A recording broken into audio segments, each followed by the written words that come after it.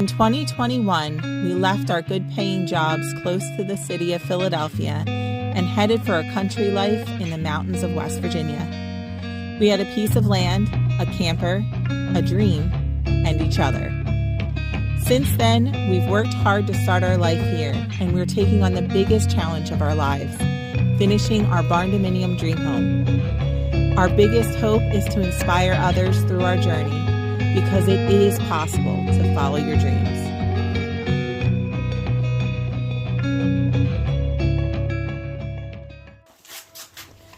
With the last of the drywall finally hung, it's now time to start the messy process of taping and mudding our walls.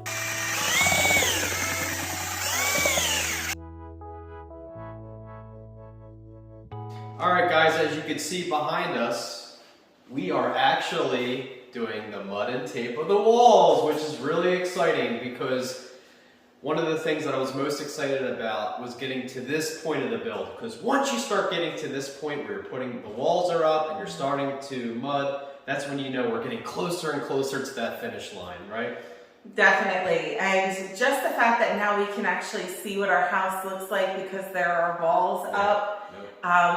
We honestly, if you've been following us, we've been saying that this is not the part that we're excited about. Like, we don't necessarily want to mud and tape because we're worried that we might not be able to do it good enough and that we'll pick apart our work afterwards. But I mean, what has helped is us. We are slow and diligent during this work. We do a lot of research.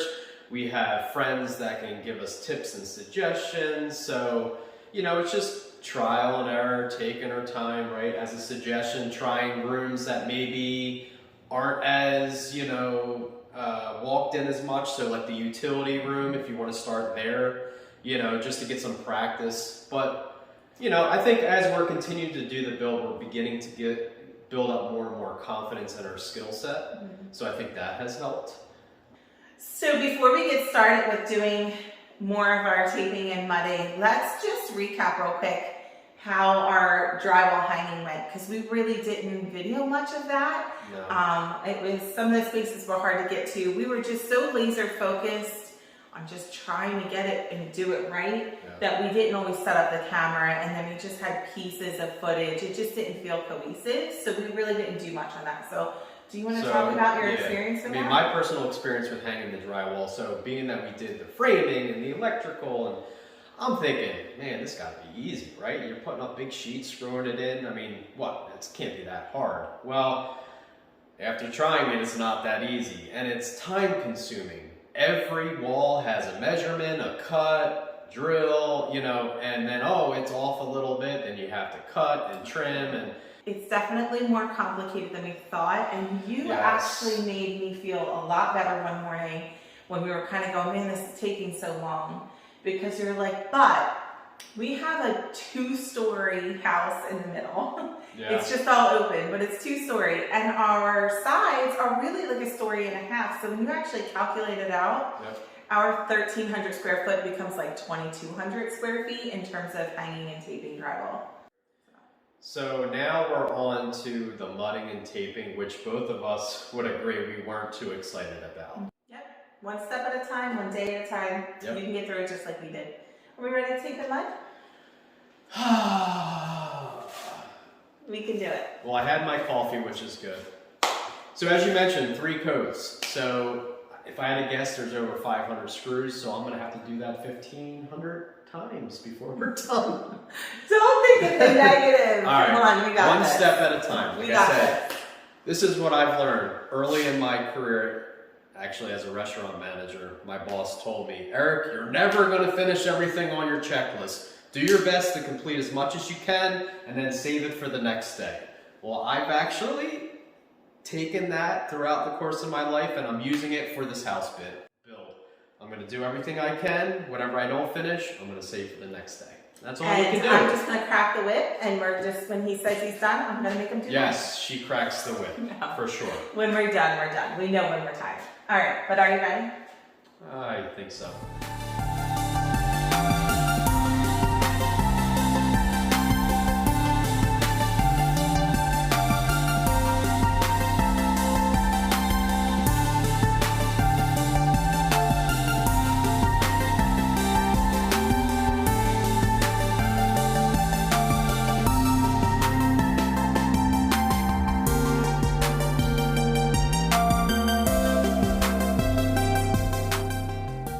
guys, so we picked this up on Amazon in order to do our metal corner beads.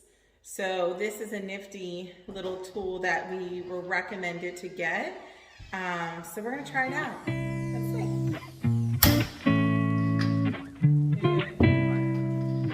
Let's try that.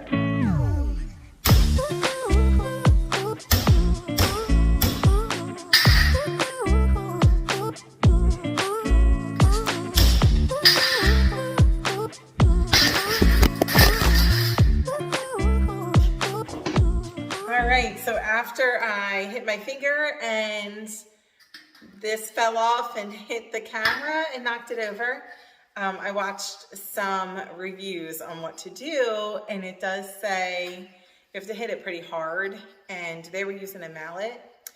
I have them all. I'm gonna see if this works better, and I'm gonna give it a harder swing and see if I can get it to work.